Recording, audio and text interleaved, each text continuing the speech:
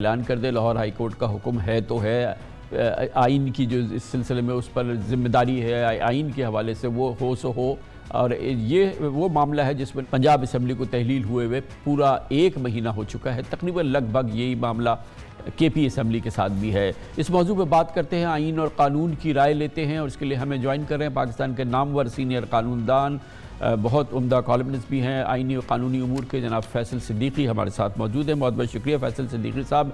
एक जानिब लाहौर असम्बली को तहलील हुए, माफ़ की जगह पंजाब असम्बली को तहलील हुए पूरा महीना हो गया है। लाहौर हाई कोर्ट का फिर इस सिलसिले में हुक्म आया, इलेक्शन कमीशन को याद दिलाया गया कि आपने अभी तक शेड्यूल का ऐलान नहीं किया है, उसको 3 दिन गुजर गए हैं। और आज भी ये सूरत हाल भी हमारे कॉरेस्पॉन्डेंट बता रहे थे कि कोई मूड नज़र नहीं आ रहा इलेक्शन कमीशन में कि वो शेड्यूल अनाउंस कर दे। गवर्नर साहब पहले ही कह चुके हैं कि मेरा वास्ता ही नहीं इस चीज़ से, क्योंकि मैंने असम्बली तहलील नहीं की है।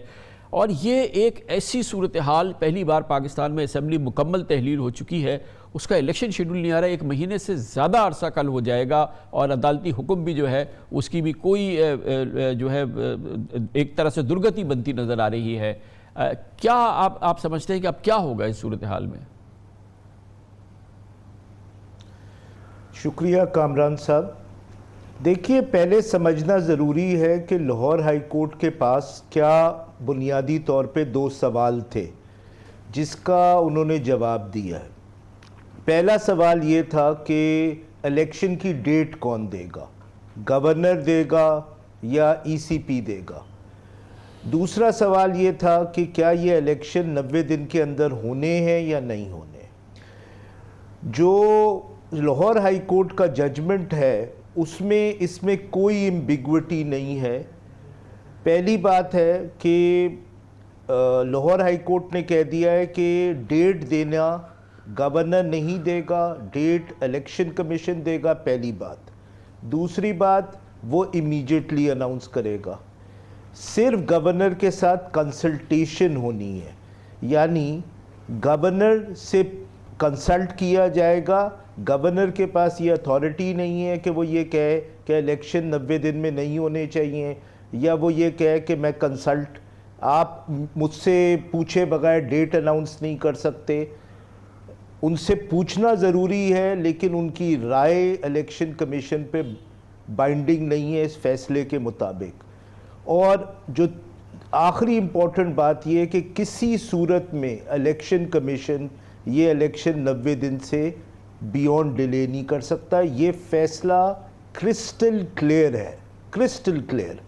और जब तक ये फैसला इंट्रा कोर्ट अपील या सुप्रीम कोर्ट सेटिसाइड नहीं हो सकता, अगर इलेक्शन कमीशन इसकी कोई वायलेशन करेगा तो the chief election commissioner will be held in contempt and he can be sent to jail, and that can be a ground for his disqualification as the chief election commissioner. So he should think very hard before violating this order.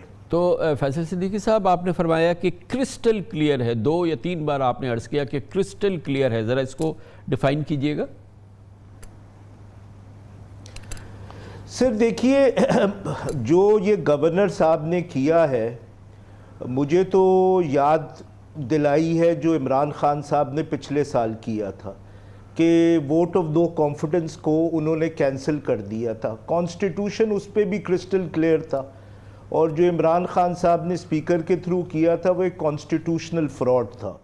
और ये जो governor साहब ने किया है कि उन्होंने तारीख़ नहीं दी within a date which is within 90 days, मेरी नज़र में कॉन्स्टिट्यूशन में कोई एम्बिग्विटी नहीं है, ये कॉन्स्टिट्यूशनल फ्रॉड था। अब ये एक और कॉन्स्टिट्यूशनल फ्रॉड करने की कोशिश कर रहे हैं कि जब हाई कोर्ट ने क्लियर कट एक फ़ैसला कर दिया है तो ये उसको डिफ़ाई कर रहे हैं। और ये बड़े दुख की बात है कि ये 50वां साल है आइन को आए हुए 1973 से। ये हमारी इन अ सेंस एक सेलिब्रेशन का साल है, और उसमें भी हम ये तमाशे कर रहे हैं कॉन्स्टिट्यूशन के साथ, बच्चों की तरह के तारीख़ नहीं दे रहे।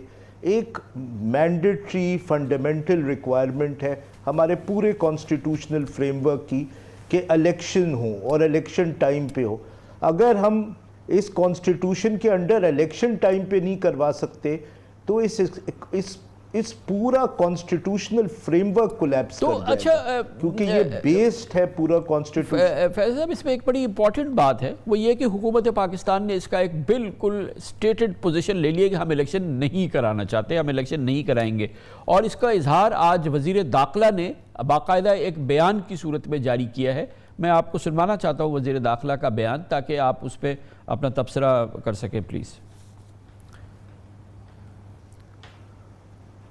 देखिए, मैं इस पे 3 बातें कहूँगा।